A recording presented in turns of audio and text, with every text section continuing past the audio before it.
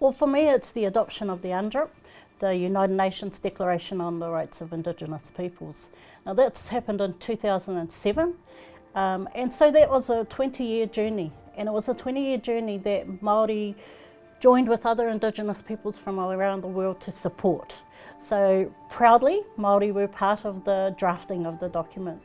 I also think that there's a connection with what we're doing here at the Commission in terms of developing a national plan of action around implementing the rights involved in the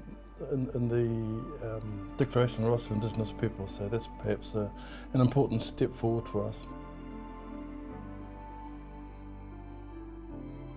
I would say it's enabled Māori. I think all peoples have the power, and so being able to articulate what that means for themselves has enabled them to talk about what they're meaning when they're trying to assert the rights that they deserve like everybody else. Because we're all human and we all have the same rights, like the UDHR says.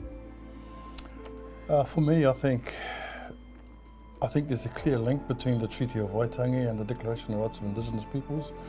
I think the Declaration further articulates the principles and the thinking that went into the Treaty of Waitangi. It gives us, as Paula mentioned, standards to measure whether or not we're meeting those standards and how well we're doing in terms of acknowledging Indigenous rights in Aotearoa New Zealand.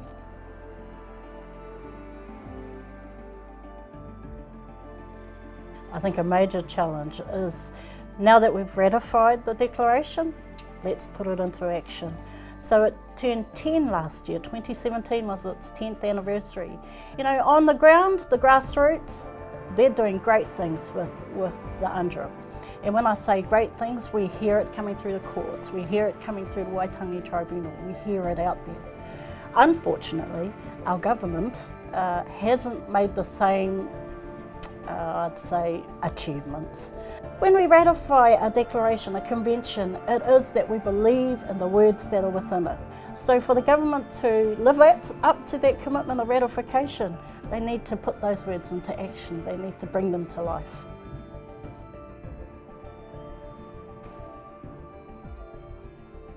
We need to be able to walk the talk. We need to be able to put into action what that means, bringing the UNDRIP to life, what that means, bringing the treaty to life.